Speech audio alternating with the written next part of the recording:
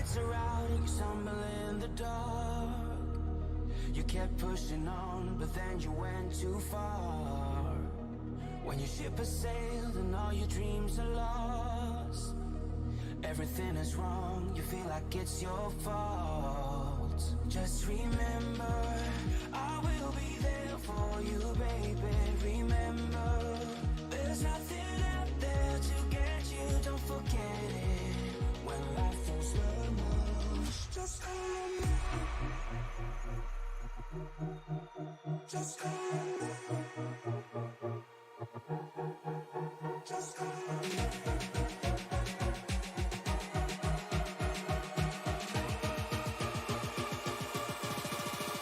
Just call me.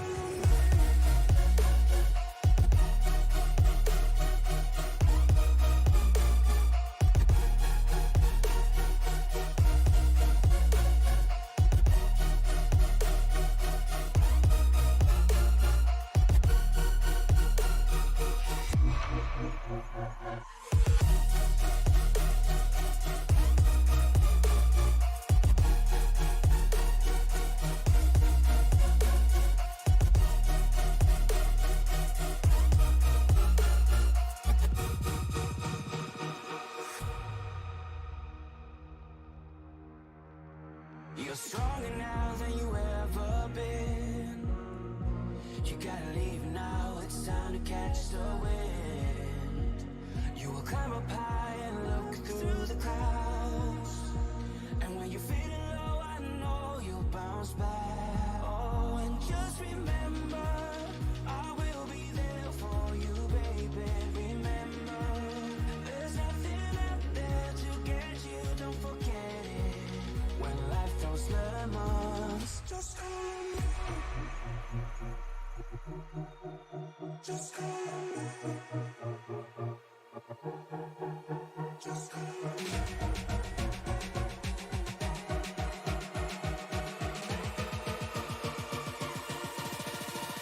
Just call me.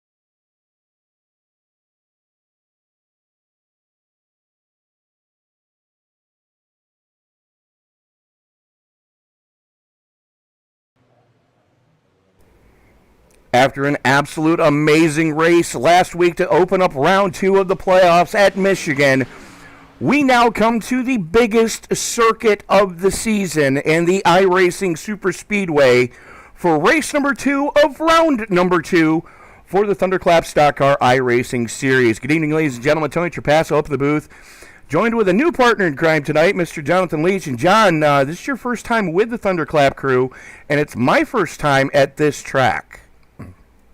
Well, you know, Tony, it's been a little bit of time, but I'm just going to say both of us are in for a treat. Everything that I hear about this series just tells me that it defines greatness through iRacing and the leagues that can be.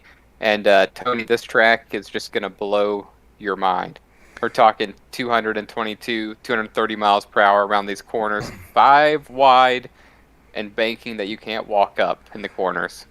Wait, it's going to be a blast. I've actually been watching a little bit of the practice, and I've just been amazed at what I've seen already. John, this is, again, race number 2 of round number 2 of the playoffs. Let's take a quick look at the point standings coming into tonight. Currently sitting Ryan Truex atop the pile. Roger Diebold only about 10 points back. Thomas Aaron, another 4 markers back. Mark McCurry and Greg Vial rounding out your top 5 as we currently sit. And sitting there in the cutoff spot for the next round, is a good friend of both of ours for Beer Money Inc. That is Greg McConey. Currently tied with Seth Gadgedoris at 4,005 points. Matter of fact, it's a three-way tie for seventh right now between Zunk, McConey, and Gadgedoris.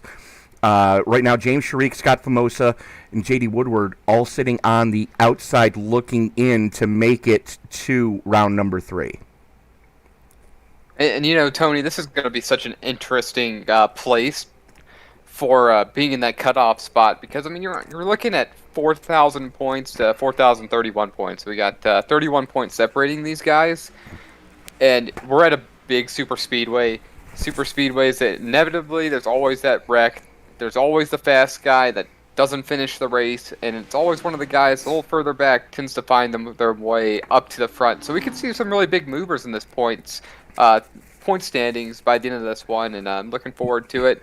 And I've only raced at this track a couple times, never had the opportunity to call it, but to be honest, I think it's going to be a little bit more fun and less stressful being here in the virtual booth with Sim Racing Media instead of being in the virtual car on this track. Yeah, absolutely. And looks like crap. Of course, my overlay decides to not play kindly. I'll just need to restart this. Bear with me, ladies and gentlemen. That's all right. We can reset that. We're going into lone qualifying right now. First driver out on track. You've got Stephen Lashini. I also see Scott Formosa's out on track, as well as Nikolai Jardin.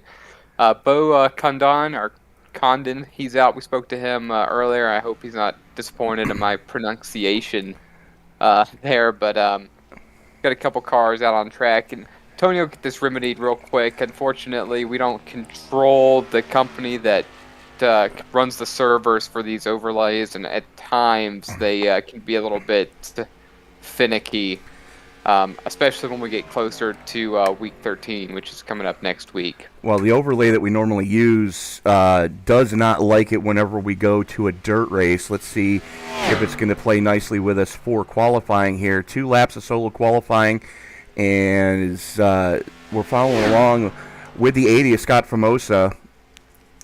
And so far, Stephen Lachinsky in the 99 is one of the first ones to go purple in the second sector. Roger Diebold, Bo Condon, James Sharik, Stephen Sharik, Alan Marshall, and J.D. Woodward all out on track right now, as well as Thomas Aaron, who put in a hell of a time last race.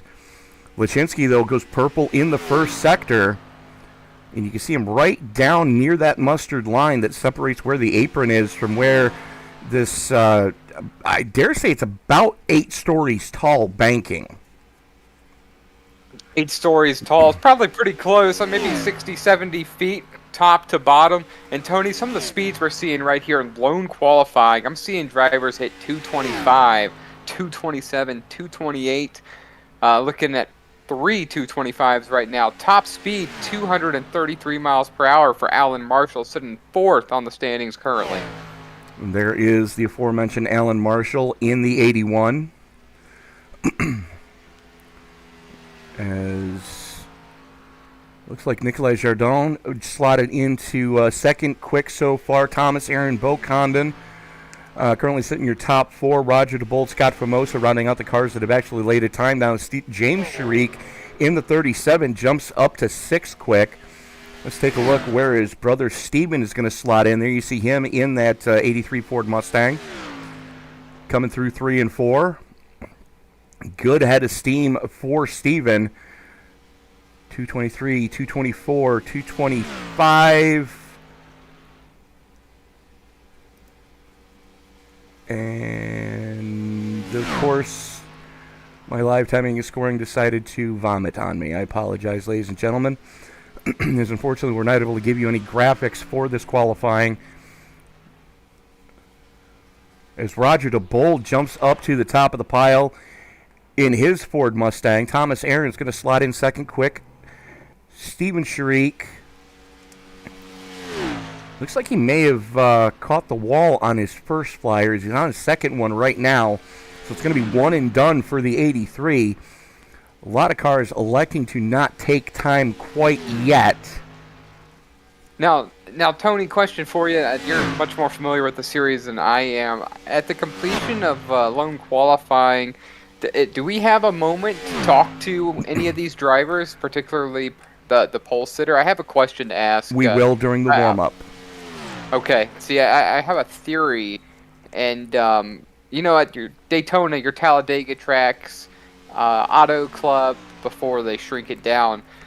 The idea is that you want to run as high as you can, build up as much momentum as possible, and then your last lap is when you dive down to the bottom, or to this yellow line in the corners we see Steven Sharik doing right now. But I have a feeling that this track is so wide in the corners that that's not really a necessity here. Whenever you're making this track, and they can pretty much run the low lane the whole way around, and I just want to see what they describe as the fastest way around the track for qualifying. We will absolutely be able to do that. We will absolutely be able to do that at the end of solo qualifying. Is the 12 of McConey sitting at the end of pit road, as is the TRD 56 of Ryan Truax, your current points leader. Steven Sharik, not sure what's going on with Steven, is it's not giving him a valid time. Well, there's any number of different reasons for why you wouldn't have a valid time. You can just barely on your pit exit just cross into the track, and it won't give you a valid time. It might show a time, but it won't show you your time. iRacing won't give that to you. And if you didn't know, Tony, leagues can actually set how strict qualifying conditions are. Right. How much of the wall you can touch. If you can get outside of that line a little bit. If speeding down pit road's going to cause issues. I might have made that one up. But they can set how strict the qualifying procedures are. And that sounds like what you're seeing right there as to why there's not a allowed time. As the 12 of Greg McConey out on track right now. You could follow him along with him in that body armor Ford Mustang. First flying lap underway, and you can see McConey, he's up on that high side like you had mentioned. We know with the restrictor plates, these cars take about a lap and a half to get really up to full song. But that's on a 2.5 mile track. This track being labeled as 3 miles. And the banking quite a bit steeper than we see at Daytona and Talladega. So it's definitely going to be interesting to see how this lap does go. As again, dashboard not really working properly. As McConey brings it down towards the mustard line, coming down the front chute here at the iRacing Superspeedway.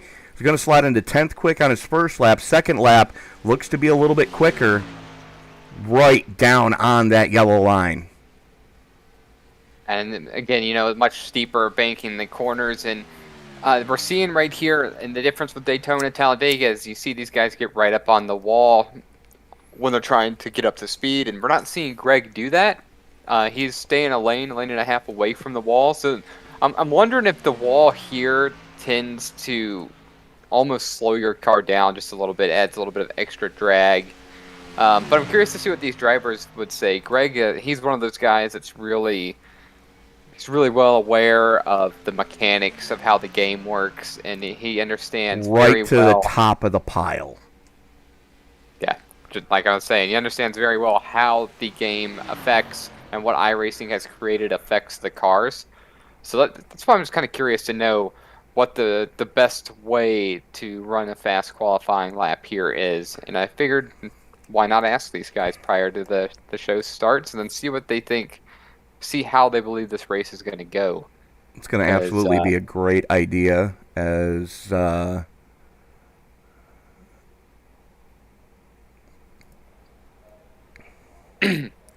James Sharik, the only other one on track right now. And I'm showing a minute and a half left for lone qualifying. I think a bunch of these other drivers might have actually gone out on track and perhaps decided to wait, or they're just not going to post a time. That looked healthy. and not in a good way. James Sharik just bins it there. We're going to bring up tonight's information on this track. 81-degree ambient air temperature right now, 33% water grain, which means these engines are going to be making a ton of horsepower here as we are in Concord, New Hampshire.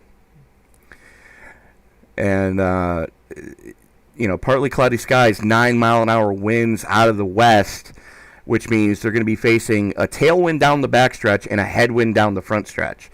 So... you give and you take as far as the wind going right now. It's been gusting up to 12 miles an hour. So, John, as far as the weather goes, it's going to be an interesting night. And, being a pilot, I'm hesitant to say that a tailwind's going to affect these cars going into the corners. But at 9 miles an hour, at 230 miles per hour on the track, that could mean... a tailwind might make the difference between getting loose or being tight. That's the same with the headwind. It can potentially cause a bit of a pushing situation. So I'm curious to see. I really want to ask if that's noticeable. We will. Kudos to iRacing for making these additions and really just creating this fantasy of a track right here. And it's a lot of fun, Tony. Just wait. As we go into the warm-up session, upcoming here on the... Sim Racers Media, thanks Frank for changing that for me. Up on Sim Racing Media later this week. Tomorrow afternoon, I should say, we've got the Svenska E-Racing Ligan from Daytona. First round of their Cup Series fires off tomorrow. The nightcap tomorrow will be the Fired Up Esports League as they go to Daytona at 7:15. And then Sim Racers Edge at 8:10 as they go to their second round of the season in Kentucky. Circle B Diecast Superspeedway Series will be back at Talladega on Friday evening at 8:20. And then the series finale of the Sim Racing Media Super Late Model AI Series from Five Flags. You are not going to want to miss that one as that fires off at 8 p.m. on Saturday. So, real quick, before we go talk to... our pole sitter, we are going to throw it trackside for tonight's national anthem and Terry Adams.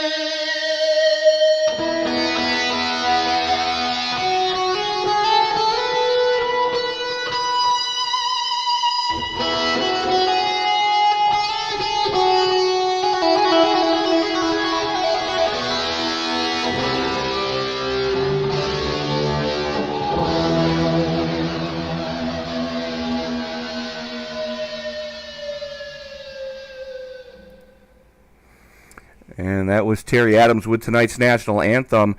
And, John, I believe you've got our pole sitter with you now as we're getting ready to grid up. As we're getting ready to grid up, we decided to bring Greg McConey, who was on the pole pre-race. He was also one of the fastest drivers on the track. But, Greg, question for you. I know you're very skilled. You understand how iRacing, the mechanics affect these vehicles and what to expect from them. My question is, trying to put down a fast lap here at iRacing Superspeedway, is there a bit of a difference from Daytona and Talladega? The way I always understood it, you basically take 2 up-to-speed laps, Daytona, Talladega, run up by the wall, the whole time on your last lap you turn down and run it as short as possible. We didn't see you do that here. Is that because of how wide this track is? Or if it's not, how do you put down a fast lone driver lap here at iRacing Superspeedway? Yeah, pleasure to be up here. Yeah, I treated this one the same way as I treated Daytona and Talladega. Definitely your warm-up lap and your first lap are at the wall. And then second lap, the reason I wasn't going out to the wall on the second lap is it's this track is so wide. I figured if I did, I would lose so much time doing that I whatever speed I had, I would have lost by doing that, and it worked. Ended put me up on pole, rocking this new body armor edge scheme. But yeah, I'm ready. Let's go have some fun tonight. Yeah, I'm looking forward to it. I think it's going to be a good race. And you answered my question, and you kind of proved my theory right. So I appreciate you coming up here, Tony. Thanks for bringing them. And good luck, Greg. I think we got to, just have a good time and be safe. Put on a show. As the field's starting to roll behind the Ford Mustang GT500 pace car, Greg McConey and Roger Diebold are going to roll it off in row number 1. Thomas Aaron and Alan Marshall making up row number 2. Stephen Lachinsky, Nikolai Jardin in row number 3. Scott Famosa and Bo Condon in row 4. Row 5 goes to J.D. Woodward and James Sharik. Ryan Truex and Reed Foley in row number 6. Row 7 going to go to Mark McCreary and Tyler Truex, Vince Burns and Matt Garrett in row 8. Row 9 sees Chase Leahy, Tommy Allen Jr., Ryan Zunk, Stephen Sharik in row 10. Row 11, Robert Walton and Greg Vial. Seth Gadjadoris and Anthony Burleson in row number 12. And starting shotgun on the field, Cole Gadjadoris. As the pace car peels on off, the only things left to say is it's time to wipe the visor and adjust the 5-point harness. Grandma, grab some popcorn because it's time to get it on in Concord, New Hampshire. Race fans, it's showtime! Showtime indeed, Tony, as you're going to be in for a wild ride as we're getting ready to come into turn 1 down the super long front stretches. These drivers are still side by side with Greg McConey up front, really trying to pick up speed. It takes about a lap and a half, almost 2 laps to get up to full speed going around this track just because of how large it is. But it's going to be a ton of fun. I can't wait to see these drivers span out 5, 6 wide at some times. It's going to be a fun 83 laps. Well, we're already 3 wide in some spots, and McConey currently showing the way. Thomas Aaron, Roger Diebold, Stephen Lachinsky rounding out your top 4 as we're seeing a couple different lines starting to form up. And as soon as these guys can get sorted out and get into drafting partners, we're going to see stuff start to really pick up as the 80 of Scott Famosa up on the top side, as the 38 of Roger Diebold up there as well. Wants to be in a little bit of clean air early going here. He's going to slot in a little bit to the outside of Thomas Aaron, making a bid for it, using some side draft, going down the back chute and going into 3. And Tony, we're only on lap 2, and the top speed of this race is Tyler Truex, 242 miles per hour already. We are at that, and it's just amazing to see what these guys are doing. We're going to check the dashboard here of some of these guys in the draft. We're going to go with Tyler right now, as there he is in the Taco Bell 69. His cousin Ryan currently making some good headway. Did not lay a qualifying lap down, currently sitting plus 10. Plus 4. Greg Vial plus 10, currently sitting just outside the top 10. Mark McCreary in that 88 for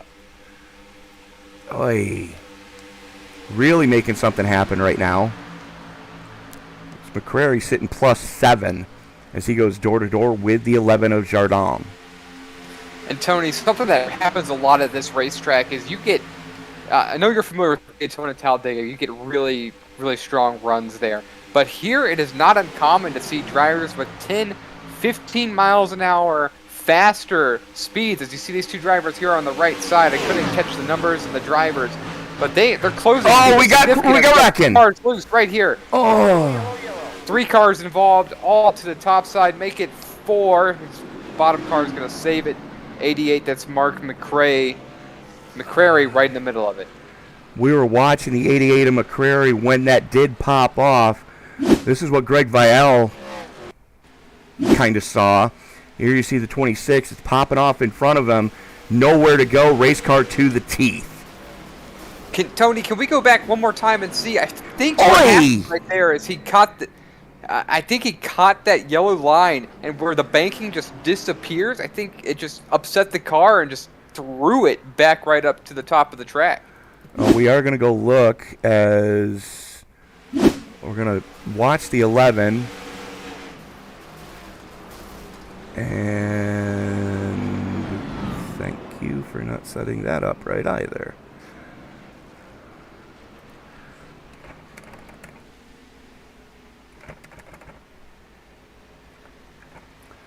Bear with me, folks, as I'm trying to get this wound back enough.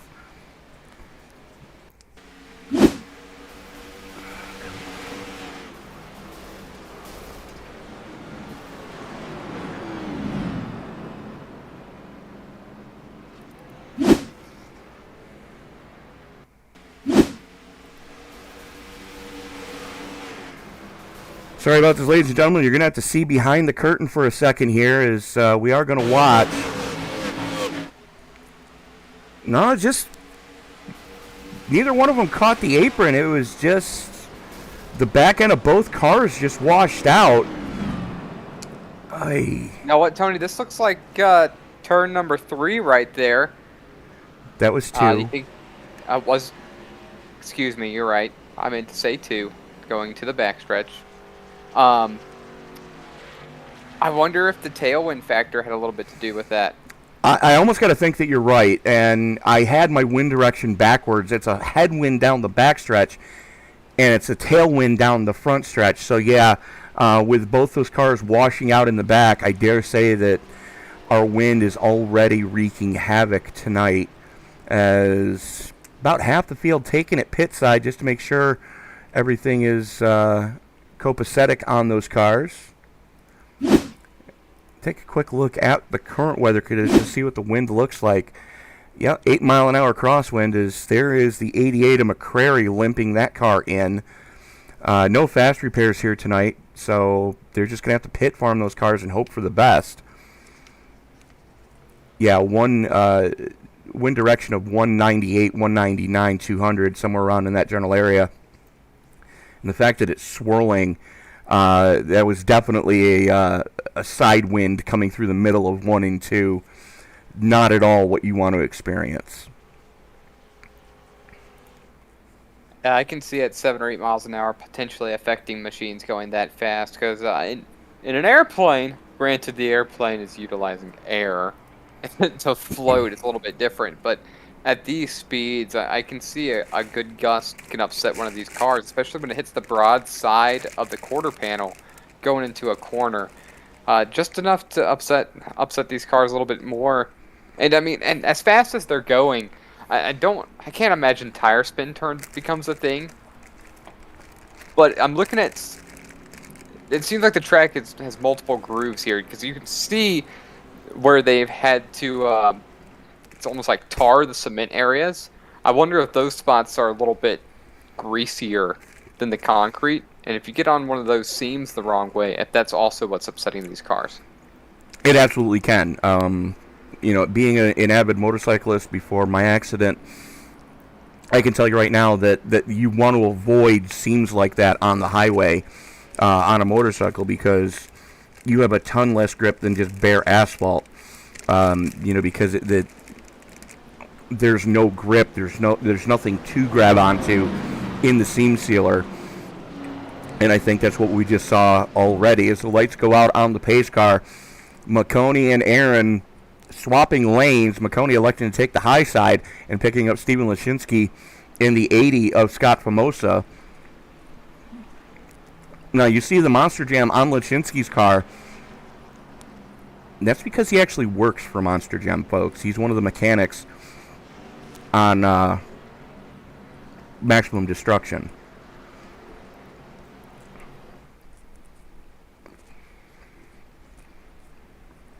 Field working his way down the back straightaway. Go ahead, John. I was going to say, now, Tony, considering that we don't have a standard restart zone here at the iRacing Superspeedway, do you think we see guys mess this up? Do you think Greg goes too soon, goes too late, or waits to the green to go? And is Thomas Aaron going to be able to jump McConey here and get a slightly better run? Well, what they did announce is that the initial start was on the green. All restarts are on the leader, and the leader cannot go until on the outside pit wall, there's a yellow mark, and then there's the barrels just before the concrete. The leader cannot fire off before that area. And as the pace car is off, they're into the restart zone. McConey jumps on it, and we are back underway. Doesn't take his time at all. He's right on the throttle. However, Thomas Aaron with McConey with the great restart. I'm reading the wrong name there. Excellent restart. Able to clear Thomas Aaron well before getting into turn number 1. McConey down to the bottom.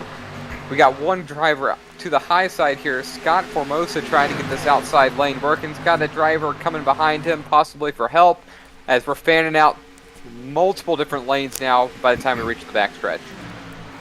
We are at that as the top, or the 3 wide down the back straightaway.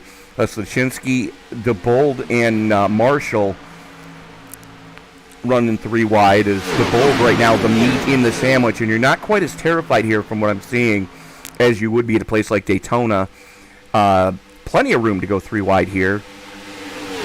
As Aaron pushing McConey, kind of settling in to run second right now. As Marshall continues his backslide, he's now got Scott Formosa to his inside. Tyler Truex trying to make some headway, currently sitting +5. Your biggest mover there is that Red Bull number 89, though, of Cole Gadjadoris. And you know, Tony, something I'm seeing that's a little bit different than Talladega Daytona, and is that when these drivers, we're seeing right now, some of these guys are being able to kind of hold their position even out on the high side on their own. It's almost like the air cushion from the pack is just significantly wider at this track. I'm not really sure for what reason or how the mechanics work to do that, but we saw Diebold, who's now side by side up front with Greg McConey, all by himself, not losing any ground, not going to the back, which is commonplace at a track like Daytona or Talladega. Curious to understand as to why that is, but perhaps you just break a certain speed barrier with these cars, and at that point, drag doesn't affect them the same way. Or perhaps it's an iRacing mechanic not fully explored. Well, if you take a look at that top side, you've got number 1 and number 2 in points up there with Diebold and Truex. As a matter of fact, the Truex cousins of Ryan and Tyler starting to form up on that high side with Roger Diebold. Now, the one thing I would like to point out, Diebold and McConey, teammates here tonight.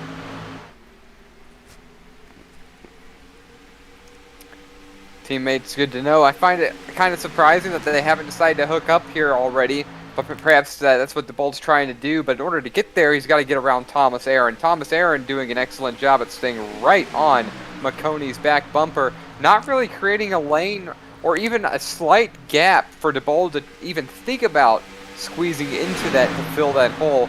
So Roger Diebold doing everything he needs to do to stay in that second place position, or the second in line right behind Greg McConey. And you know, we can almost sit right up here near the front because these drivers are changing where they are to get back to 4th, 5th so quickly that you can really gather everybody at once. Not very many guys are dropping back. A few guys are, and those were the few that were involved in that first caution earlier.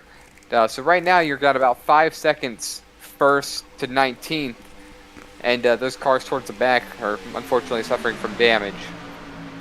And if you take a look at the top of your screen on the ticker, all the cars highlighted in yellow, the names highlighted in yellow, those are all of your playoff contenders currently. And a guy, McConey, one of the ones that's currently sitting on the bubble.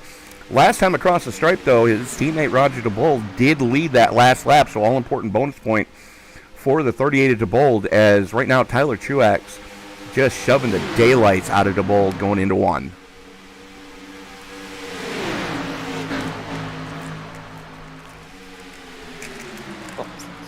Seems like these drivers have a little bit better handle of the track. Haven't seen anybody getting kind of loose coming into the corners like we saw earlier. Perhaps they've got the feathering the throttle down a little bit better, as Diebold is still trying to make some headway here on the high side. He's got some help now instead of being out there by himself, but he seems very committed to the second lane. Hasn't even made an attempt to move down to the bottom. Not quite yet, and that's something we've seen out of Diebold at the other big tracks that we've gone to already this season. He's not afraid to put it up on the high side, and Tyler Truex is not afraid to put it anywhere he sees an opening. Yellow flag is out. Oh boy! And Tony, right there with that image, using the virtual camera right there on Roger Diebold's vehicle, as we are out under caution for the number 79 machine right here. We're gonna see what happened to him. Just as soon as I talked about, I see rear end damage. I'm not so sure he just got loose. I'm gonna take that back. Let's see if we can back that up a little bit more here. Then I'll go back to finish my point here in a couple moments. Nobody was around him. Yeah, maybe he did get loose, and just that. I wonder if that damage to the rear didn't have anything to do with that. Well, we're going to back this up the hard way, and I do apologize, ladies and gentlemen, as my replays are not playing nicely right now. There you see Burleson on the low side, a little bit sideways going into the corner. Tries to save it, and yep, can't save it. And completely rips the front splitter off the car. And no sooner than I say we weren't seeing that sliding around than does it happen, and in a corner once again. And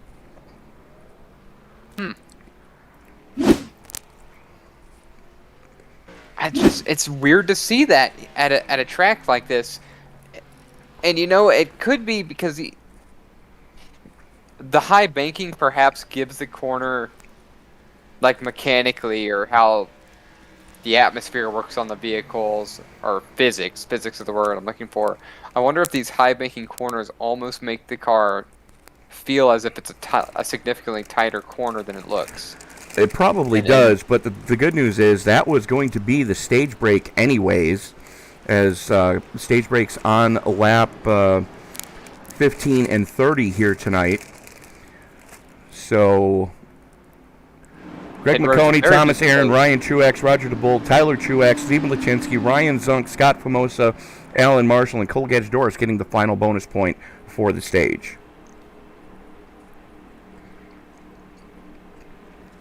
While we are under the stage break, we are going to step away, pay a couple bills, and we'll be back right after this.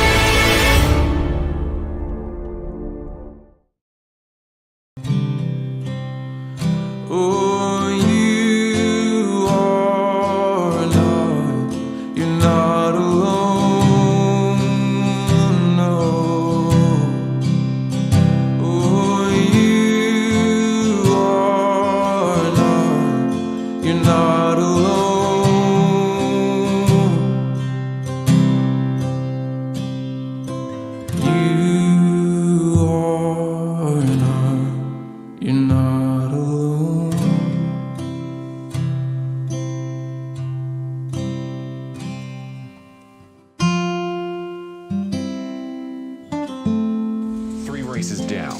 7 to go. 12 drivers move on. After that, nobody knows. Oh, big contact with Mark McCreary wins here at Rockingham. Like I said before, if you want it here, you need to take it. Otherwise, be taken out. But something that wasn't an unforced error, Jake Waltman has been parked for the night.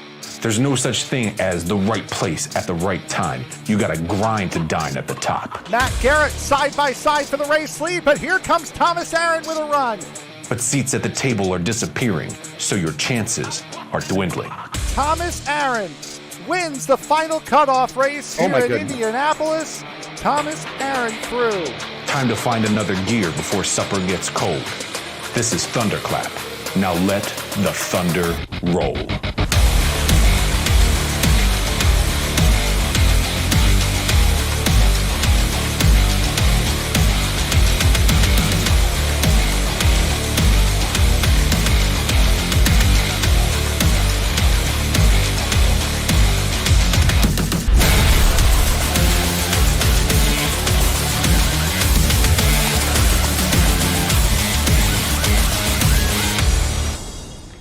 After a short break, ladies and gentlemen, we are back to iRacing Superspeedway with the ThunderClap Stock Car Series. There's been a little bit of a lead change during the last caution or stage end. Thomas Aaron is now up front with Tyler Truex to his outside. Previous leader Greg McConey finds himself in 5th. Heading into the restart zone, Thomas Aaron is on the throttle, on the low lane. Side by side, Tyler Truex coming down the front stretch. The long front way coming to turn number 1. Tony, ready to set the field for stage number 2. We are at that as Aaron and Truex trying to lean on each other a little bit. Ryan Zunk also up there. Steve Lachinsky, Greg McConey rounding out your top 5 as we currently sit. So far, only 2 retirements to speak of. Nikolai Jardin out. Reed Foley out. The other 23 cars that did start this race of the 25 still running. Greg Bial being scored as the only car 1 or more laps down. J.D. Woodward, though, missing the rear valance on the 47. That is not going to bode well for his chances tonight. Unfortunately, no, not on a track like this. You got to have your car in one piece in order to really contend for the end. Unless, of course, you have a real-life situation where every car gets torn up. However, I don't expect that to be the case here in the ThunderClap Stock Car Series, iRacing Series, per se. Is Ryan Zunk now up front. Greg McConey's already found his way back up to 2nd. Didn't take him very long. Quite an avid super speedway racer, as I believe this is his favorite style of racing. And maybe we should ask him if we get the opportunity later on here. But anyway, Tony, tell me something exciting about this series. Something that I want to know. What sets them apart from the 14, 15 other leagues that we take care of on a weekly basis? Well, John, I mean, we've all worked at places that have had a company bowling league or a company softball team or a company darts league, pool league, whatever. Where you kind of get together away from work and, it's just kind of a company bonding thing. Is unfortunately Zunk getting caught in the middle right there, gets freight trained by the 2 teammates of Diebold and McConey as they drop down in front of Thomas Aaron. But we've all seen those corporate cultures where they try to, get guys together away from the hustle and bustle of their 9-to-5 jobs. This group, the vast majority of the guys that are on track right now and have been all season, and if you haven't realized that we've got 2 Truex boys in the field tonight, what I'm about to say, most of this field works in the racing industry, whether it be for Monster Jam or it be for one of the top touring series of NASCAR, drivers in NASCAR. Right now, Ryan runs in one of the top 3 touring divisions. Tyler, one of the wheel and modified drivers. And then you've got a ton of guys that go over the wall. They work for tire distributors, wheel distributors, shock manufacturers, fab shops, body shops. And like I said, a lot of these guys go over the wall as Lachinsky loses it coming through 3 and 4. Oh, man. We got ourselves a roller. Matt Down Garrett right just there. went for a ride. Good grief. Well, Tony, we were talking about 2 retirements. I think this is going to lead to at least 1 more retirement. Specifically, the machine flipping through the corner right there, and perhaps the 88 or the 99. 88 as well. It looked like that was some damage there. I saw the 99, and then further down, it looked like the 88 had a chunk.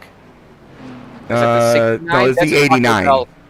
89, okay. My mistake. The 89 and the 69 and the 99 all get a piece of that one. But, we are actually going to go on board as we do have a camera on the helmet of Matt Garrett. And this is what Matt just saw. Hang tight, everybody. You're probably not going to like this. Boy. This is one of those moments, Tony, where you're happy that this is virtual and not real, because that would have been painful. And time slows down a little bit when you're in one of those precarious situations like that. And again, it's a good thing this is virtual and not real for a spin like that. Yeah, absolutely is.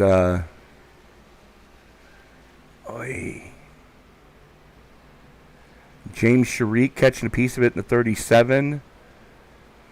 The 89 at Cole Gadgedoris went for a ride there. A lot of torn up race cars early here tonight, John. And you can see Lachinsky's car.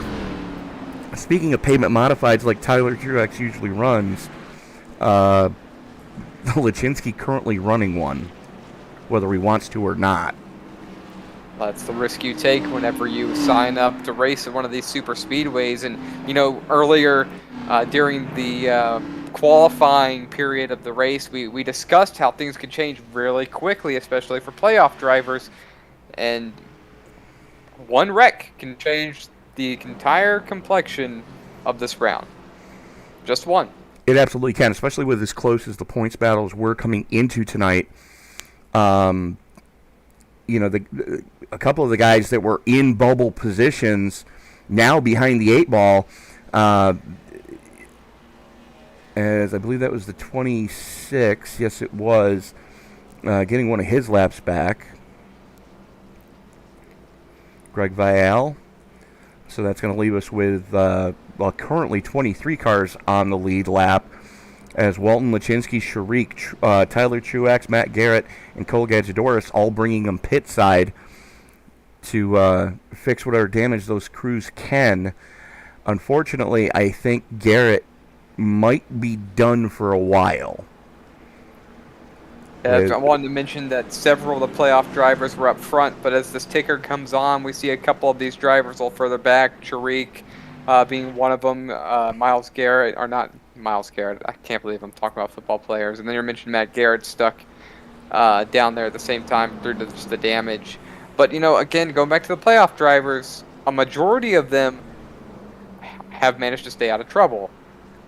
And that's a little bit of luck, a little bit of skill, a little bit of it all meshed together, as the top 6 at this time are all playoff drivers, as we're getting ready to come to lap 25 here at the iRacing Superspeedway. So we're going to get a 5-lap shootout for this second stage. I want to thank everybody for joining us in the live chat tonight. If you haven't done so already, give that video a thumbs up. Let us know you appreciate what you're seeing here tonight on Sim Racing Media as part of the ThunderClap Stock Car iRacing series. Tony Trapasso and Jonathan Leach up in the booth tonight. Sorry about that. And if you haven't done so already, hit that subscribe button and turn on bell notifications. So we have a ton of racing left, starting tomorrow with a triple header that kicks off at 1:55 Eastern Time as the Svenska iRacing Lagen fires off from Daytona, their first round of their their oval series, followed by the fired up Esports League at 7:15, and the nightcap tomorrow night is going to be IndyCars back here for round number 2. The Sim Racers Edge goes to Kentucky at 8:10. Friday night, we've got the Circle B Diecast Superspeedway Series, round number 2 of this season at Talladega. It's an 8:20 Eastern Time start on that one. And then Saturday night, we've got the season finale of the Sim Racing Media Super Late Model AI Series as we do 200 laps at Five Flags at 8 p.m. on Saturday evening. Greg McConey going to have the button from the top shelf again. His teammate Roger Diebold sitting right there next to him. So 3 Mustangs in your top 4 right now as Ryan Zunk in the 23 is up on the top side in that Busch number 23. Currently sitting plus 16, your biggest mover so far in the positive direction. And then you've got Steven Shrieck in the 83 right behind him. So you got 3 Mustangs lined up nose to tail as McConey wastes absolutely 0 time into the restart zone. We are back underway, working lap 26 of 83. A little bit more tame of a restart right here, Tony. A little surprised to see it. Got 4 cars single file as Roger Diebold finally starting to get down to the low line. It's probably a lot more so because his teammate Greg McConey is right there in front of him. Thomas Aaron, Brian Zunk. It seems like these guys have made their decision. They want to stay up front. There will be no going to the rear for them like some Superspeedway racing, our drivers do at Superspeedway races. As you got the second group starting to form up, that's Scott Famosa leading Ryan Truex and Steven Shrieck right now. Shrieck starting to drift back just a little bit. Alan Marshall up there with him, and then you've got the 55 of Vince Burns. Bo Condon rounds out your top 25 currently in the TLC Chevy Camaro. As Truex making a bid on the 23 as Zunk trying to use some side draft, coming through 1 and 2. Down the back straightaway they come with a good head of steam. Matter of fact, we're going to pull the dashboard up. There you see the speeds these guys are hitting on your bottom right of your screen. 239, 240 for Truex, 241. That's IndyCar speeds, folks. Current top speed in this race, 250 miles per hour. Wow. 250 in a stock car. I think there's a reason why they aren't tracks this large, Tony. Well, you know, again, this is one of those iRacing, and I'm using air quotes, fantasy tracks. I believe the only fantasy track here in iRacing, true fantasy track, that it was never built. This goes back to the old NASCAR 2K3 simulator from Papyrus, and it used to be called something else, which we're not looking to get a lawsuit, so we can't tell you what the name is. But it's a beverage based out of Atlanta, Georgia, and they couldn't secure the licensing for that here in iRacing, so iRacing decided to just call it the iRacing Superspeedway. As Truex starting to drift back now as he's lost a little bit of the draft, now drops to the low side as those guys are punching a huge hole in the air in front of him. Yeah, you know, and just starting to see a little bit of riding around here, probably just kind of waiting this stage out, I assume. But, you know, playoff points, don't you expect these guys to start fanning out here towards the front to get all the points you can? And, you know, no sooner did I mention that as we're starting to see the second lane possibly coming together in front of the Steven Shrieck right here. Is a bit of a wiggle right there for Scott for Mosa. He just bottomed out going into 3. That was a sketchy moment as here we come. Zunk trying to make a bid on the high side. White flag in the air for the stage. McConey, Diebold, Aaron, Zunk, Truex, Shrieck, Marshall, Famosa, Burns, Condon, rounding out your top 10 as we currently sit. 2 wide now is... I think we're going to see a change in that running order here in just a moment, as you got a driver trying to make 3 wide work here coming to the end. That's the 80 of Famosa using the high side so he doesn't have as dramatic a drop going into the 45-degree banking here in the corners. Coming to the stripe, McConey with a nose out front. Here comes Diebold on the top side. Marconi, Diebold, Aaron, Zunk, Truex, Sharik, Famosa, Burns, Marshall, and Condon getting the final point here tonight. I want to mention that at one point in this run, Condon was 19th, if I remember correctly. He was. And managed to squeeze in top 10. He does at that,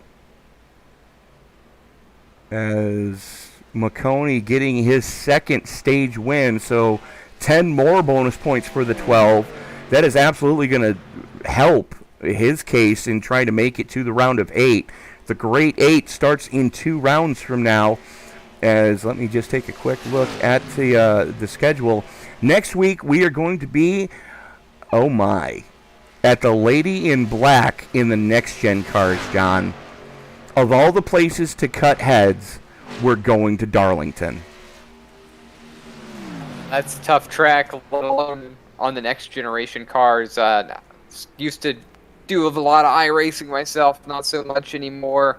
The next gen car is a completely different beast.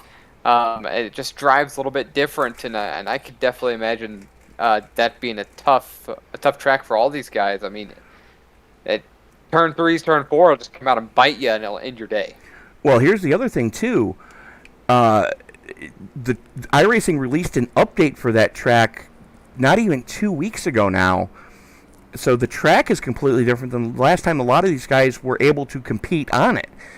So that's definitely going to be a crapshoot. And then the Great 8 kicks off at the Charlotte Oval on the 24th of September in the trucks. So that's going to be one for the ages. Then we go to Pocono and Nashville. We cut heads to get to the championship round of 4 at Texas. And that'll be on Indigenous Peoples Weekend here on October 5th. So as we are getting some green flag pit stops underway, we're going to step away, pay a couple more bills, and we'll be back right after this. Hey, are you tired of the dog dragging up to your house? You got water laying in your yard? There's going to be a lot more water laying this spring. Now's the time to give us a call here at the office at 410-721-2342, and we'll be glad to take care of all your outdoor drainage needs. Oh, you are not, you're not alone, no. Oh, you are not, you're not alone.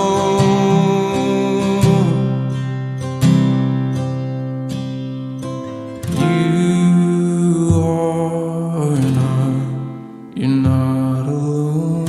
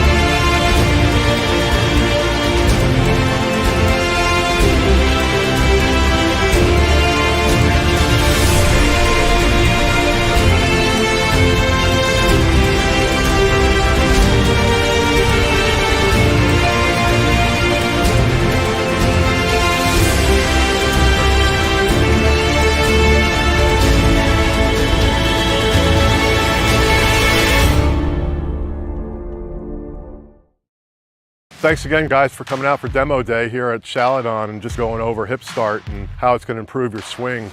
hip start is really a key factor in getting that proper downswing. The beauty of hip start is you can change your swing in less than an hour. Just put hip start on and you're going to notice a difference right away.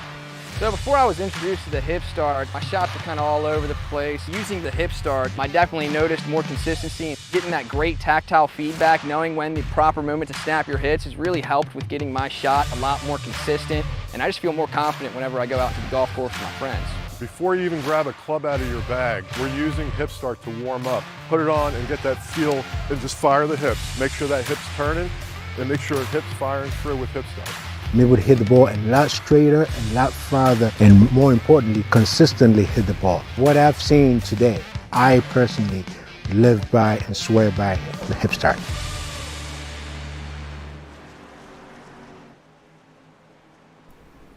And we are back in round number 12, second race of the round of 12 playoffs here at the iRacing Superspeedway. Tony Trapasso and Jonathan Leach up in the booth with you for Sim Racing Media. Greg McConey has the button as the lights are already out on the pace car. It peels off. McConey wastes absolutely no time. Diebold goes with him.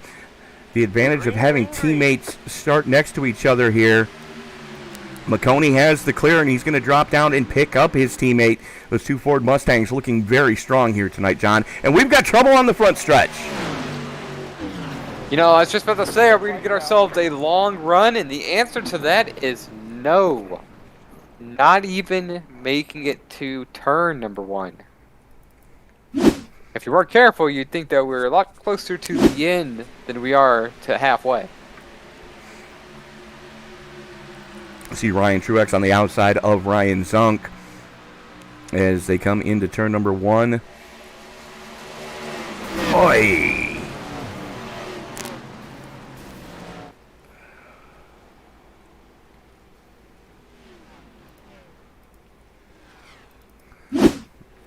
Take a look at that one from a different angle here. As that is going to be the 81 of Alan Marshall that got into it with Zunk. Bang! Into the safer barriers. Oh, man. Scott Famosa catching a huge piece of that one. You can see all the damage on that number 80 already. Man. Well, that didn't take long at all, did it?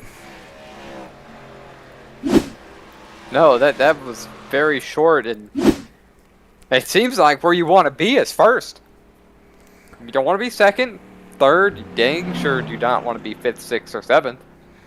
It seems like the place to be is first. Well, you know, usually up in race control, Justin White tells these guys week in and week out that the only thing you can truly be responsible for is your own front bumper. And that was just one of those deals where on the restart, spotters not calling clear and kind of dropping the ball a little bit on that one as Cole Gadgedoris on pit road, Scott Famosa, Alan Marshall, J.D. Woodward, Ryan Zunk, all trying to get those cars fixed. Tyler Truex back into pit road. Matt Garrett has been there for the last 10 minutes trying to get that car fixed. So, well, Tony, tell me this. Did you know if any of these guys are running spotters, or are they all running the virtual spotter, which has been known, all of them, even the packs, for messing up, especially on super speedways? Well, it doesn't usually start talking until you get into turn 1. So, and I don't think anybody here is running a virtual spotter except maybe, the Gadgedoris group, since they still have, the Tyler Truex Racing group, is they have Matt Garrett currently in pits for them, so he can kind of keep an eye on what's going on for everybody. But I don't think anyone else is running a live spotter, which, as you mentioned, there are certain things that need to be adjusted in the files to make sure that spotter is as chatty as they possibly can be, especially on these super speedways where on a restart, it's so difficult to find out what's going on around you.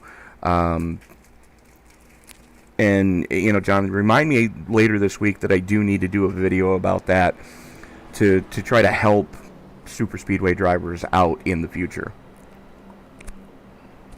I can remind you on that. Now, before we were trying to come back from the commercial break, ran out a little bit of time. We were looking at trying to get in touch with a couple of these drivers, curious to know what they feel out on the track. We got a long way. We might have time to ask somebody a quick question. You got 3 miles to the start here. All right, so I'm going to grab... matter of fact, how about we reach out if I can find him. There he is. As the field worked its way into 1 and 2, we are going to, John, I believe, as soon as I can find it, there it is. I believe you've got Seth Gadgedoris with you right now. Hi, Seth, Jonathan, Tony in the booth. We're going to make this quick because you got to get going to racing. Wanted a quick couple sentences. How are the cars running out there, especially in the corners? Are they getting really loose turning into the corners, or are things staying relatively tight? Why are we seeing cars spin into the corners? No, they're very loose, and it's kind of, everyone's still trying to figure out the correct line to run here. This is honestly my first time up front. I unfortunately got in that first wreck, but working my way back up, just trying to get a good finish out of it. All right, well, that was 2 sentences or less. Good luck to you, and have a good time racing. You're putting on a show. Thanks, guys. So there you heard it from the 4 of Gadgedoris. It's one of them deals tonight, as lights are out on the Ford Mustang GT500 pace car, and he's got 2 Ford Mustangs right behind him in the form of Greg McConey and Roger Diebold for Beer Money Inc. Pace car is in, and we've got one sliding sideways, tag the wall coming through 3. That was kind of weird. That was Alan Marshall getting it all wrong there, as McConey and Diebold getting a good getaway so far. Tyler Truex trying to make something happen on the top side as he is side drafting the daylights out of everybody. Thomas Aaron drops down right behind Diebold on the low shelf. So 2 Fords, a Toyota, and a Chevy at the front of this piece. Then you've got Vince Burns in the Petland number 55 trying to make some headway. Your biggest mover is right behind him, and that is the 4 of Seth Gadgedoris, who we were just talking to, plus 17, currently being scored in 6th position. Tony, we're finally approaching the halfway mark here for tonight's race, and I wish I could say things were going to heat up later, but overall things seem kind of tame, and we've just seen some freak incidents, some freak racing incidents, drivers getting loose into the corners, loose off the corners, air being taken off the nose of these cars, and drivers just going around. What do you dare we predict this race to behave like your typical Superspeedway race, where things start heating up with about 15 laps to go, 20 laps to go? Or do you think we're going to see a different beast entirely? Hard no. I think we're going to see a completely different beast entirely. I mean, we've seen what these guys can do on plate tracks already as the season opener. And there you see that this is from the nose of Roger Diebold's car, looking forward at his teammate of Greg McConey. And you can see just how bumpy this track is going into the corners. You saw the bottom just drop, and then it springs back up as soon as you come off the banking. And getting a good look inside of the rear valance on these cars. And kudos to iRacing. Look at this view. You can see every little crack and the rock and the asphalt and the seams, and just no stone left unturned designing this track. The only thing that's got me a little concerned about looking forward at McConey's car is you see that diagonal bar at the back right behind the rear axle. That's the track bar, and watch how low that thing is going through the corners. you're almost dragging it on the track as the suspension just loads, and then the car just pops back up down the straightaway. That's got to be unnerving, especially if you're in a 2 and 3 wide situation. Yeah, I can't imagine, again, taking a look at this view right here, I wonder if that has a little bit, see that bounce right there, it is dragging. I wonder if that has a little bit to do with these cars getting wicked loose and the rear ends going around on some of them. That would explain why we've seen so many people biffing it going into turn 1, combined with the crosswind that they're hitting in the middle of that corner, and that back end bottoming out. As you can see it happen there again. It's when you try to come from the top to the bottom going into the corner to try to dive inside somebody. That's where we've seen all the issues tonight. And I dare say you just hit the nail on the head, John. Yeah, well, we don't know until we get to see it. For somehow the camera is allowed to go inside the car. Can't imagine that's going to be legal and going to check out later, but we'll find out. And this is from the back of Diebold's number 38, looking back at the 93 Shiner Bock Chevy Camaro of Thomas Aaron. And watch the splitter in the front of this thing. It just drags all the way through the corner. There's the bump, there's the drag, and you're kind of wearing it off like you would on a dirt late model.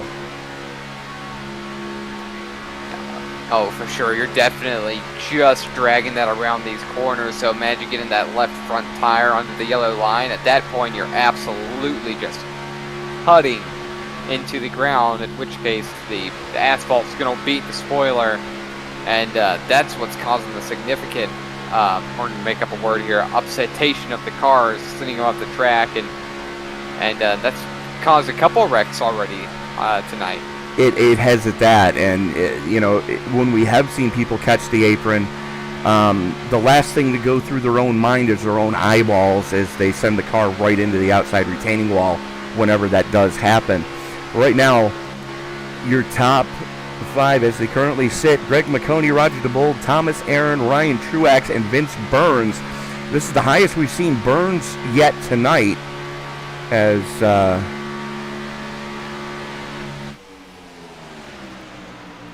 there we see the PetSmart number 55 of Burns, currently sitting plus 10.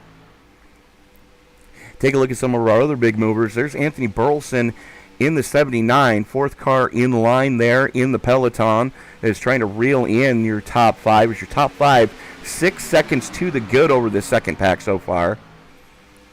There's Burleson in the CAHU Chevy Camaro, currently sitting plus 12. There is Steven Sharik in the 83, currently sitting plus 13. Seth Gadjadoris plus 15.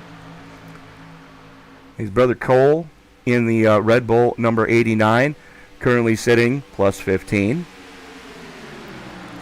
And John, you've raced in the iRacing enough. What would it be like racing against a family member? Because unfortunately, my parents learned their lesson with me. I would absolutely say more competitive. You don't want to lose to your brother. You don't want to lose to your friends, but you never want to lose to your brother. However, I'm going to help my brother more than I'm going to help the next guy. I'm not going to wreck my brother to win the race. I'm going to be a little more respectful. I'm going to give him a little bit more room. But I'm going to race him hard. Are you sure about that? I think so. Because I know some brother combinations in iRacing that would just as soon wreck each other than lose to the other one. Do they happen to be in this series, Tony? One of them does. One of them is an avid painter of iRacing race cars. The other one is the owner of a setup shop. And I know for a fact that on track they can't stand each other. I'm not going to name names, but that's all I'm going to say on that one. Well, good job telling everybody in the entire world who watches iRacing who they are. Good job. You did really good on that one. All I said was one's a painter, one's a setup guy. One's a painter, one's a setup guy. One likes to race, the other likes to race. Mm-hmm. One's leading the race. What? I didn't say one was leading the race. I tell you what, though, those Tony, words never came out of my mouth. I know, I said it, not you. However, I was about to say there are two brothers, 9th and 10th, as the Gadjadoris twins, that I pronounce them. You are correct. Brothers. And got separated there for a minute as we see 3 wide back there, 8th, 9th, 10th. I think that would be cool. I wish my brothers were into this kind of, or into racing in general, and they're not. They're ball and stick kind of fans. They're football in hand fans. You know, and racing isn't something that appeals to anybody else in my family but myself. And I'm not really sure why it chose me, or I chose it, and everybody else chose other sports. Well, look at it this way, John. That's the way it worked out. Look at it this way.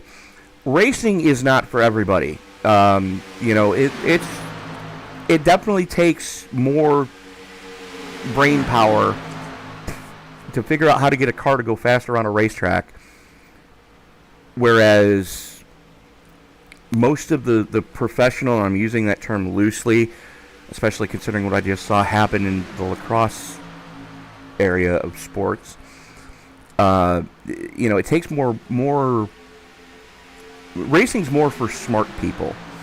And you know, you wander through a garage, you know, in Shop Row in Concord, North Carolina, you are going to see some of the most intelligent people you are ever going to find in any given industry. You know, figuring out how to make these cars fast, how to make them last, how to make them you know, comfortable for the driver, and still be able to do. I mean, we're doing 230 plus on average here tonight under green, as we are still watching this battle just inside the top 10 of Cole Gadjadoris, Chase Leahy, J.D. Woodward, and Seth Gadjadoris, and James Sharik up there as well.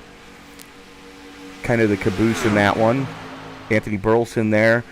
Tommy Allen starting to drift off the back, and then you're a full 23 seconds back to the very wounded number 88 of Mark McCreary.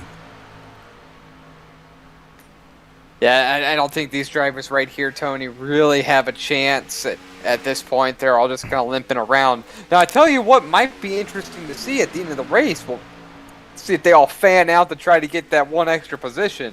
That could be interesting to see at the end of this one. Well, we've seen some amazing finishes already this season, and if you're a small business owner and you're looking to get involved in sponsorships, you know, you can definitely get some good coverage here in the ThunderClap Stock Car iRacing series. If you want to reach out to us, go to our Twitter page at SimRacingMedia1 on the Twitterverse. You can find us on our webpage, simracingmedia.com. You know, just reach out to us. We can get you in touch with some leagues, and because I know we've got quite a few leagues right now that are looking for sponsorships, and without the help of sponsors, a lot of these leagues aren't able to broadcast their races weekly like they would like to. That's very true, and you know, like-minded people that like to support something that they like, and that's how sponsorship really happens. It's somebody that enjoys what you do. They like doing it themselves. Two people can meet in the middle, and it's a good, happy family, I guess to say. And I would like to say, or assume or hope that we've helped some leagues as far as that goes.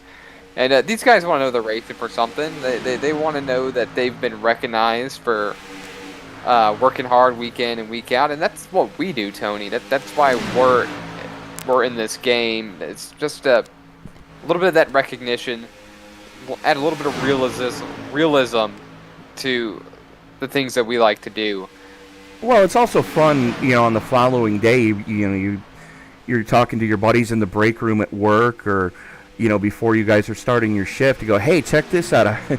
They mentioned my name last night in a race. And it's fun when you can do that the following day after a race and go back and watch and, hear the announcers talk smack about you like we've been talking about quite a few drivers here tonight. Tony, one of my favorite videos that shows somebody what's John, you might want to go yell at your wife about downloading Netflix again, because you were starting to robot badly, my friend.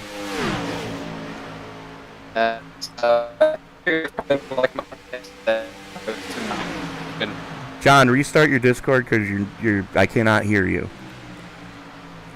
As right up at the front of this one, Greg McConey, Roger Diebold, Thomas Aaron, Ryan Truex, Vince Burns, and then you've got Steven Sharik in the 83, 15 seconds back. Wow. These guys at the front are just picking them up and laying them down as we're working currently lap 56 of 83 here tonight. As your lead pack of cars are coming up on the stragglers at the tail end. Lachinsky just went another lap down. This is the 25 of Bo Condon, unfortunately not having the race he would like tonight. The 88 of Mark McCrary. There he is, and you've got the 81 of Alan Marshall up there as well, as the leaders do flash by. McConey and company staying on the low side, just riding right now. As we just put lap 57 in the books, 83 laps of scheduled distance here tonight.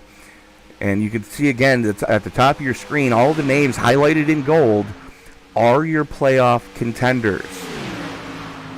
McConey, Diebold, Aaron, Truex, your top four. Sixth place, Steven Sharik, J.D. Woodward, and James Sharik. All there in your top 8.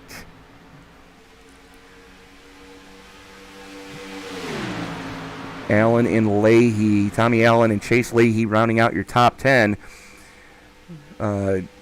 Seth Gadjadoris, Mark McCrary currently sitting 13th and 14th. Just beyond the cut line right now. Ryan Zunk, multiple laps down. Currently sitting, I believe, 7. Sorry, I was close.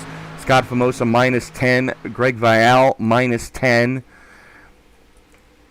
So, not a good night to be a chase contender so far for some of these guys. Some of these guys are having a good night, though. As, I'm not going to jinx it and tell you who my championship 4 I'm thinking are going to be.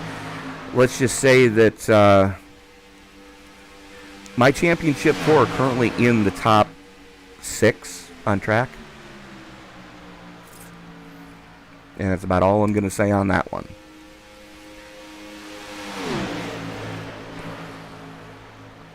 As we've got about 24 laps to go here. Last time these guys were down pit road. Now they are allowed a full boat of fuel. So we have not yet seen the money stop. Currently about 30 laps into this current fuel run since the last time everybody was down pit road. So I dare say that these guys are going to have to come down again for a quick one.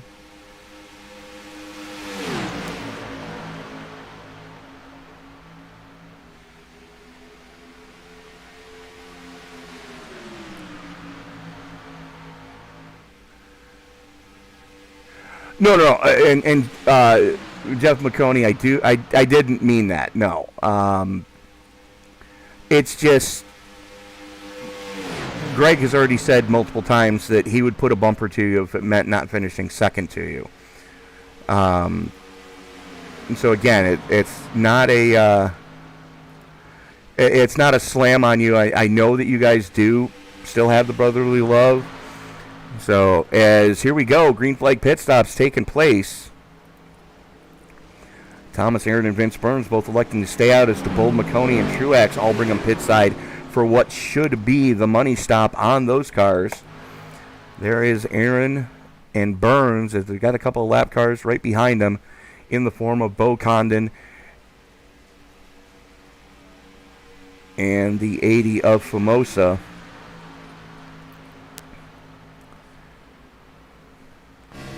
So the question is, are we going to see an undercut or an overcut happen here tonight? Second question is, can you hear me correctly? I can hear you correctly now, sir. Thank you for fixing that a little issue. As Aaron's and Burns and Condon all come in pit side right now. There is the peloton being led by Steven Sharik. The question is, when are these guys going to blink? Well, we got a couple of takers down pit road. That's Chase Leahy and Anthony Burleson peeling off. And this is going to be one of the first laps led here tonight by the 83 of Sharik. James and Steven working very well together, running 1-2 right now. J.D. Woodward, after getting collected in that first little melee, as is Cole Gadjadoris, Seth Gadjadoris, all up there right now. And I believe that's Scott Famosa. No, it's not. Who was that? That is the 24 back there. Why do I not see the 24? Tommy Allen Jr. So throw a blanket over your top six right now as they are just cranking off laps. And we are under caution. I believe something may have happened to Vince Burns. Oh, yep, something did definitely happen to Vince Burns. Let's go back and take a look at this.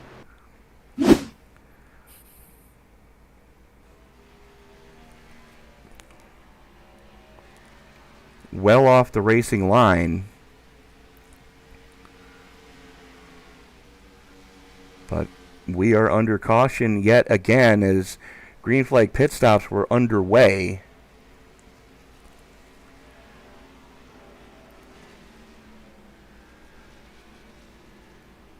As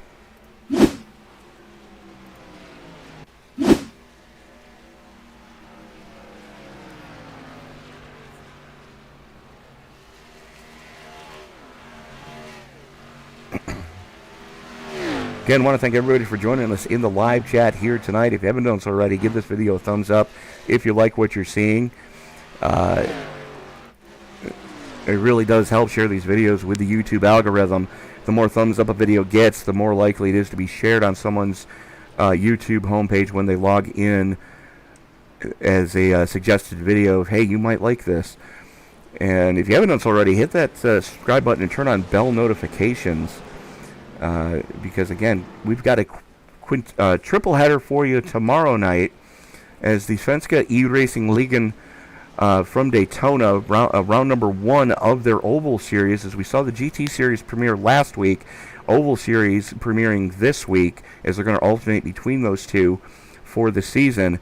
Round 1 will take place tomorrow at 11:55 p.m. Eastern Time, followed by the Fired Up Esports League at 7:15 as they go to Daytona as well, and Sim Racers Edge, round number 2 of Season 5 at Kentucky at 8:10. Circle B Diecast makes its return on Friday night as they go to Talladega at 8:20. And the season finale of the Sim Racing Media Super Late Model AI Series from Five Flags, that's an 8 p.m. Eastern Time start on Saturday. $19 laps to go. Thomas Aaron won the battle off pit road. I believe this is going to be one of the first laps he's led here tonight. Ryan Truex currently sitting in second. Roger Diebold, Greg McConey rounding out your top 4 as everybody else on the lead lap has gone down pit road just to make sure that they pack those cars full of fuel here. What I'm curious to see now, Tony, is if 3 Wide Racing becomes much more dominant, and if we're going to see 3-wide racing from here on out, or if we're still going to get a couple single file, double file racing for a few laps before things really kick off. I'd like to see a 5-wide finish, and I think we're going to see a 5-wide finish personally, but I wonder how long it's going to take to get there. At this point, I want to be on the track, not up here. But during the middle of the race, getting to this point, I want to be up here as opposed to on the track. Well, I can't say I blame you on that one. It's one of the reasons why I like short track racing as opposed to, the top 3 touring divisions as far as races I drive in, because I can deal with 30 to 50 laps for an A feature. I guarantee you if I was driving, I would be bored by the halfway point of most of the races that we broadcast as a driver. As an announcer, these leagues that you have selected for us to broadcast, John, as the owner of Sim Racing Media, thank you so much for finding the leagues that you've been finding, because as an announcer, these leagues have put on nothing short of spectacular shows since you guys have taken over the company, and I greatly appreciate the opportunity to broadcast these leagues. It's what we do. It's a lot of fun. I don't know how else to say it. It's nice to make some time to get up here and to be a part of it with you, especially at a track like this. One that there aren't very many lulls. There's always a photo finish, and things are getting ready to heat up. So, can't wait. It absolutely is. And the lights have gone out on the Ford Mustang GT500 pace car. And for the first time tonight, Thomas Aaron is going to be the one leading us back to some green flag action.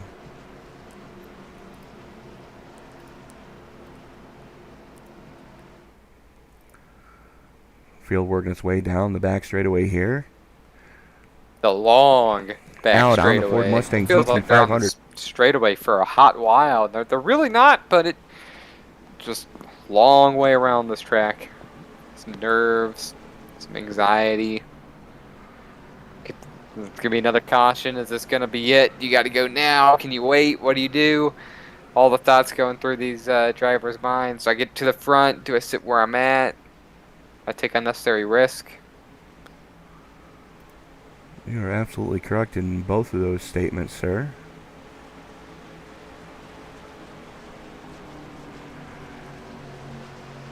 That's not going to work. Okay.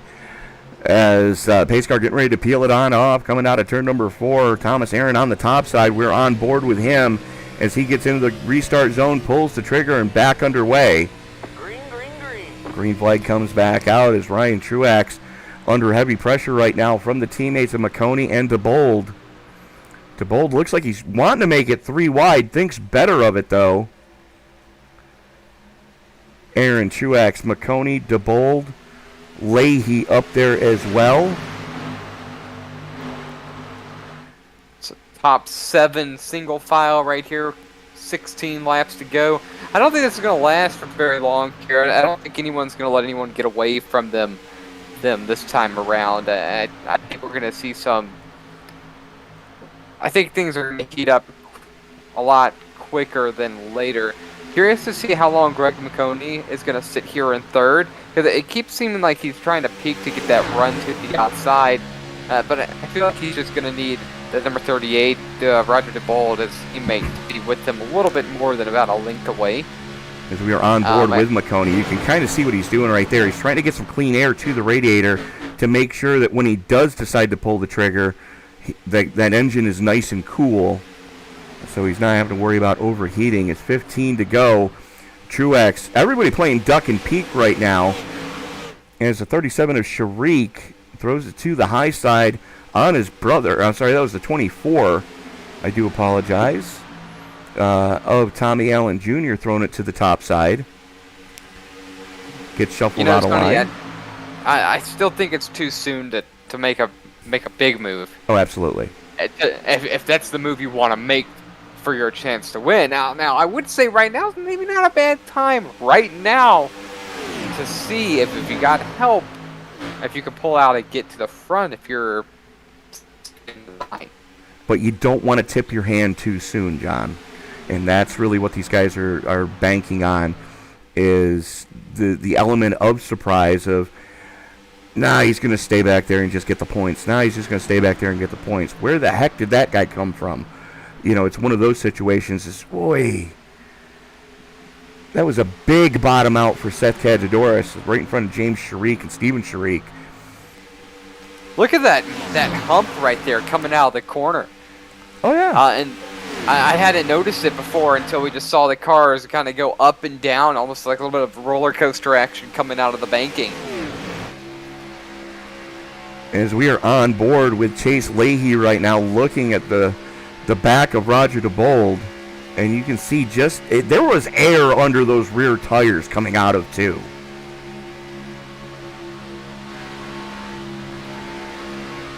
.228 miles an hour down the back straightaway, and watch this bump going into 3.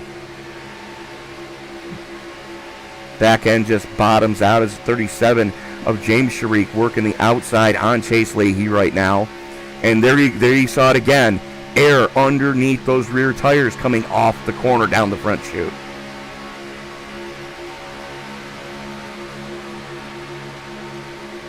Boy.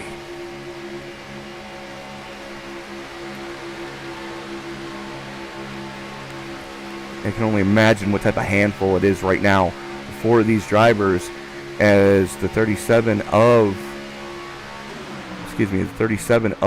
James Sharik with Steven in tow, making some headway right now. That second lane's starting to form up, and they've got 3 cars up there, and that's one thing we've noticed at places like Daytona and Talladega. If you can get 3 cars working well together, good luck if you're the rest of the field, because 3 cars can go very quickly around one of these super speedways. Yeah, I would say a 3 cars is enough to make it a third lane work. I think once you're at 3, you've got enough right there, especially if you get into like pinching the inside line down, because we see how bumpy it gets down there. And it definitely seems like the lower line is a little bit squirrelier going into and coming out of the corners as opposed to the middle groove. Oh, and no. What just happened to Anthony Burleson? As you see some damage on that car again. Let's go back and take a look at the 79 here. There he is following the 80 of...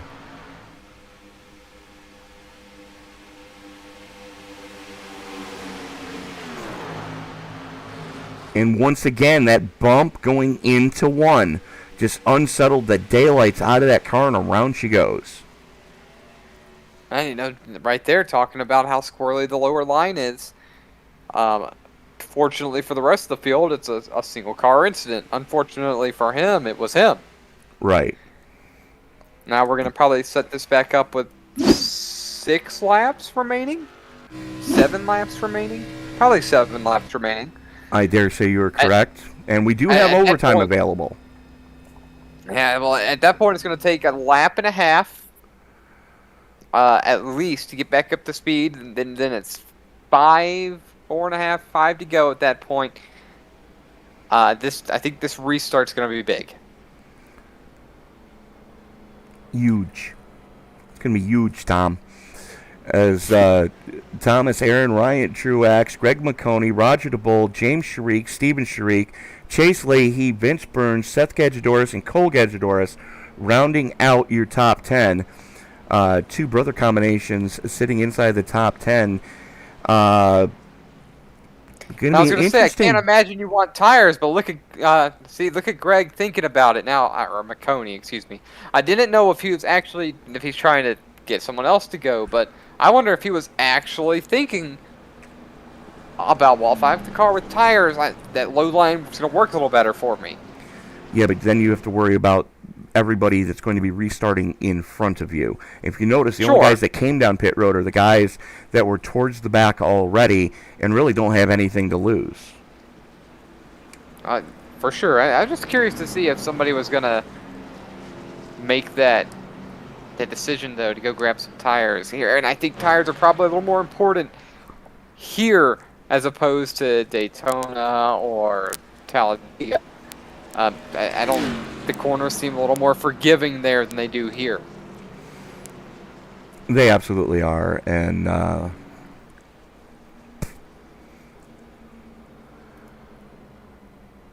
again, I want to thank everybody for joining us in the live chat. If you haven't done so already, give this video a thumbs up. Let us know you're enjoying what you're seeing. And don't forget to subscribe, share, turn on bell notifications so you don't miss a single moment of action here on Sim Racing Media, as we've got a triple header tomorrow night, one race on Friday, one race on Saturday, a double header currently on Sunday afternoon. So a ton of racing. HK, thanks for checking in. I want to meet tomorrow night. The Fuel Series is the debut as well, Tony. I forgot about that. Yes. Debut. So that is part of the triple header tomorrow night. As there you see it, the Svenska iRacing Ligan, as they make their series debut in the stock cars tomorrow at Daytona. Fired up eSports Liga Fuel. They go to Daytona at 7:15, and Sim Racer's Edge, round number 2 of season number 5 for them at Kentucky at 8:10. So again, a triple header tomorrow night as the lights go out on the pace car, and Thomas Aaron electing to take the outside lane. Interesting. Very interesting. I think it's because it's more stable. Yeah, I dare say you're right. Take a quick look at the weather here for the closing laps, and you can see the track temperature is still up there. Ambient air temperature 80 degrees, as we are about 5 in the afternoon. You know what I wish? You know what I wish I knew, looking at this map of which direction the wind's coming from. Yeah. I wish I understood how they orientated the track. Like, if I wish I knew what side. The start-finish line points. Start-finish line points north from the grandstand. So the backstretch is actually the north side of the track.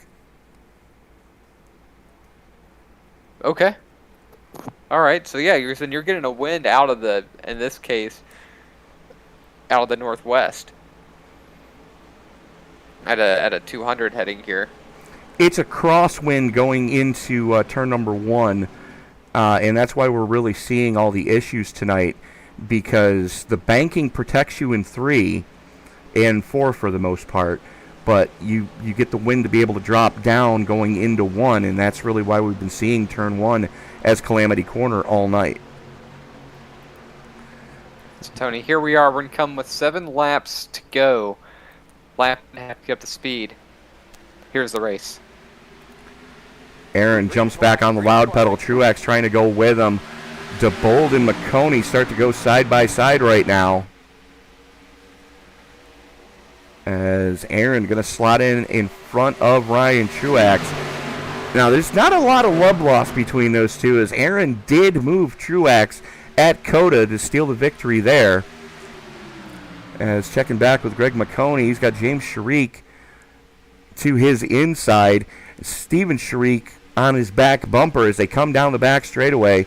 Let's take a quick look at the dashboard. What type of speeds are we hitting already on the restart lap? 136 going into turn number 3, John.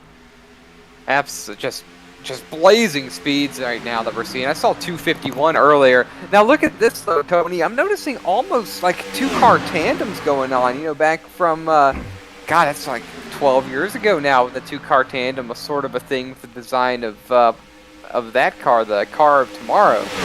Let's never speak of that abomination again, please. Sure, but it was fun racing. And for a minute there, I thought we were about to see that with 4 wide out of these guys. However, now we have 2 distinct lanes, a couple guys further to the back with more drivers on the high side. However, I think those 4 to the back are going to make it a 3rd lane to try to come up the middle. There you go.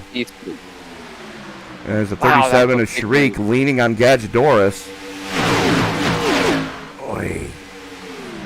McConey back to the point. 6 to go. It'll be 5 to go at the stripe. Aaron looking to the inside on Sharik down the front chute. Sharik has to give room. McConey steps down and throws the block going into 1.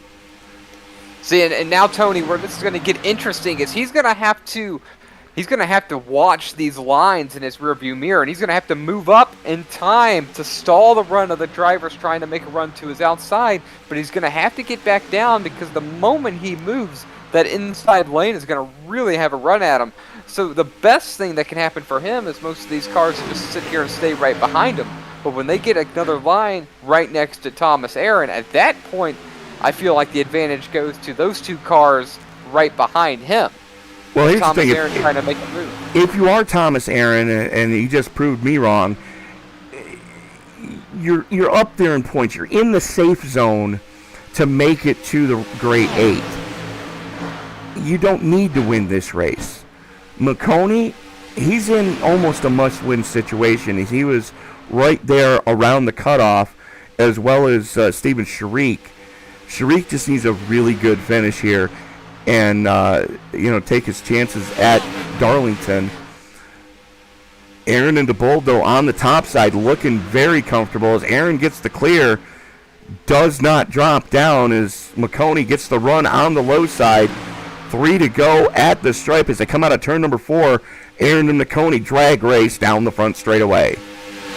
Yeah, it's still 2 by 2 right here. No one's really trying to make a third line, but I don't feel like Roger Diebold here is gonna sit like this. I just feel like he has the itch to make the move, and if he doesn't make the move, somebody like Ryan Truex is gonna make the move. We're gonna see 4 wide any moment now. Well, we are 2.5 laps to go as they file down the back straightaway. McConey and Aaron, followed by Sharik and Diebold. That's your top 4 as they currently sit. Go ahead. And the question to me is, who's going to lose the help? Whose help is going to be the one to make the move? And I thought it was going to be McConey's help right there, but they didn't. And he sat there and stayed in line with him right there. But whichever one of these leaders help moves, I think they're going to be a sitting duck. It is, as we got popsicle sticks in the air. 2 more laps to go. Only 6 miles remain in race number 2 of round number 2 of the ThunderClap Stock Car iRacing Series playoffs. Still a drag race down the back straightaway as Sharik shoving the daylights out of McConey right now. 2 Fords on the low side, a Chevy and a Ford working on the high side. He's got to be careful to not get too far ahead right here, about a car length and a half. That's almost too much. Drag race down the front straightaway. White flag is in the air. We are racing back to checkers. McConey just has to hold on for 3 more miles. McConey, Sharik, Truex, Aaron, Burns, Leahy, Gadgedoris, Diebold, Woodward, and Seth Gadgedoris rounding out your top 10 as we currently sit. There you see him back there in the 4. As Truex all over the back bumper of McConey. 3 wide down the back straightaway. Make that 4 wide momentarily. 34 gets sideways. Oh! Coming out of turn number 4. McConey down on the yellow. Drag race to the stripe. What a finish.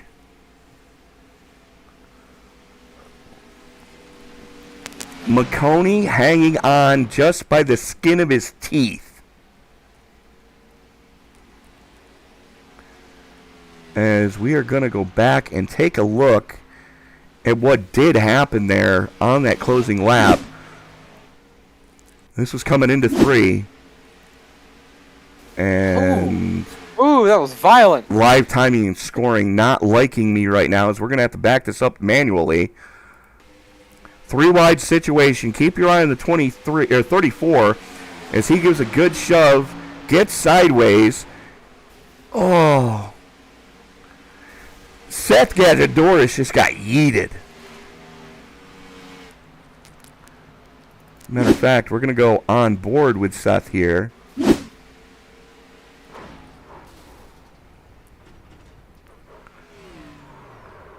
Nope, Let's try that again.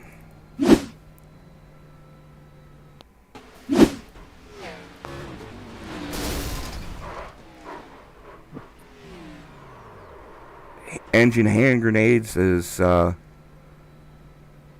he is dead in the water. Well, we are going to go back live and take a look at our winner here. Doing his burnouts out of Stevensville, Michigan. Something near your neck of the woods, isn't it, John? Not quite where I am. He's on the southern tip of the state. I'm on the northeast side of the state. But cool dude. Had a lot of fun meeting him a couple weeks ago. Well-deserved winner and even better guy. As we are going to reach out now to the man who has officially broken the announcer's curse. We spoke to him during the warm-up. He comes home with the checkered flag, winning from pole. Greg McConey, congratulations. Oh, my God, let's go! That was fantastic. You just punched your ticket into the grade 8, my friend. Man, so much of that has to go to Diebold. Roger and I did, we were talking during quals, and we talked, as much as we could during that race. We were working together. So, Roger, I owe him a huge thanks. Ryan Truex gave me a huge bump at the end. Sharik did was pushing me for a while there. That was so much fun. But, man, that was insane. That looked like a ton of fun. Now, Greg, this is my first race ever here at the iRacing Superspeedway. How much different is this than a place like, say, Talladega or Daytona? Oh, it's massively different. The speed that you get here, since this is no restrictor plate, is monstrous. We're hitting 240 going into the turns, and the whole time you're sitting there. The biggest thing is that here, when you hit the bumps, all it does is it wants to push the rear end of this car out so bad. Unlike Daytona, Talladega, where that transition's a lot smoother, it makes it so much tougher to drive here, and especially keep a pack going with it. Well, that was one of the things we saw all night is the transition into one with the crosswind coming into that corner. That was where we saw all the issues take place, except for that final lap deal where the 23 just got sent. Yeah, that turn one was so tough all night long. I think it was the tailwind. It also felt like these cars were bottoming out a little bit on that transition, especially if you were right behind somebody. But this is such a unique speedway. With it, one being, make not just iRacing simulator, but the fact that this track doesn't exist anywhere. The banks and the turns are ridiculous. When you're riding in the pack, you get such a run on exit that you're almost hitting the brakes a lot harder than you do at Daytona, Talladega. But yeah, no, this was so much fun. It definitely looked it. But Greg, moving forward, we're cutting heads next week at Darlington. Your thoughts going into the Lady in Black? Is it all about trying to get Roger into the grade 8 now? Yeah, Roger's in a great spot right now. Points-wise, I think he was leading points coming into here. If not, he was like second place, something like that. So he's in a great spot for points. He did well tonight, getting a bunch of stage points, finished fourth. So that's going to help him a ton. So yeah, I mean the focus is if I can work with Roger and get him there, that's going to be the plan. Otherwise, for me, it's try and survive the Lady in Black, and come out with as few stripes on the car as I can get.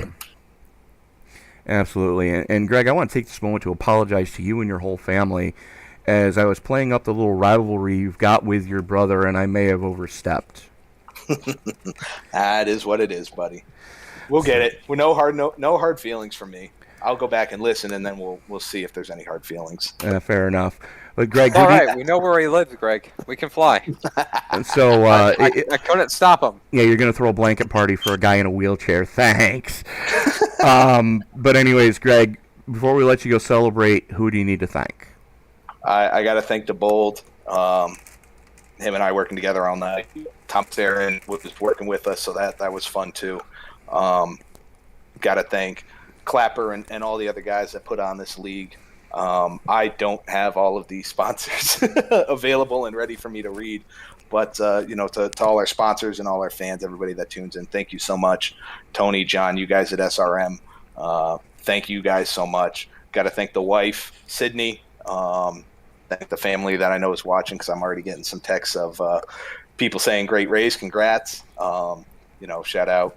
I know my mom and dad and brother, I think, are watching. Grandpa Paul, I know, is watching. I think everybody else is as well, but thanks to them. And let's go. Grade 8, here we go. All right, Greg McConey, we'll see you next week at Darlington. See you guys. And John, unfortunately, we don't have Ryan Truax in the Discord server with us, but I believe you've got the man who came home in third with you now. That's all right. We can always talk to these other guys. Thomas, what a race, man! You and Greg were back and forth all night long, going towards the end there. Is there anything you could have done aside from shove them out of the way, you think, or what could have changed the outcome for you, say, the last 2 or 3 laps of this one? Honestly, there's really not much else we could have done. Chase was my teammate, and we just randomly got lined up there at the end, and we had the winning move. We had the shove, and that's all you can ask for at places like this. We had the shove and the momentum going into turn 3. It's just from the replay, it looks like he just bottomed out really hard, and we went on that corner 240 miles an hour. And if he would have bottomed out, we would have been pushing us to a 1-2 for Champion Motorsports, but it's not meant to be. Came home third, though. Really good points day. I'm really, really happy with that. So you're talking about bottoming out there, coming out of the corner. Is that a lot more predominant on the low side as opposed to the high side? It seemed like we'd watch drivers reposition themselves coming out of the corner to almost exit high, and it seemed like there was less suspension travel for the cars coming out of the high side. However, when you do that, you sacrifice time around the track, because there's a moment in the race earlier that I wanted to mention. Roger Diebold was midway through the corner, and just 3-4 cars went right by him because they hugged the yellow line.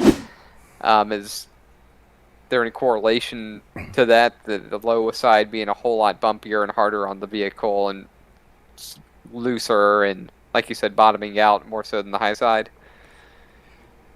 Well, it wasn't necessarily the bumps, I don't think. I pretty much ran the bottom the whole time. I only ran the outside right at the end there, and I didn't feel any bumps. But the thing is, when you would get into the corner, especially in the draft, especially in the lead draft, would be going so fast that the car would just bind up, and sometimes it would just get loose a little bit. And if you would watch our wheel inputs, you probably wouldn't see anything, but the car would feel really light, and it was really scary, honestly. But the treacherous part was definitely getting in the corners. You had to lift, or else you were going to wreck for a lot of the race.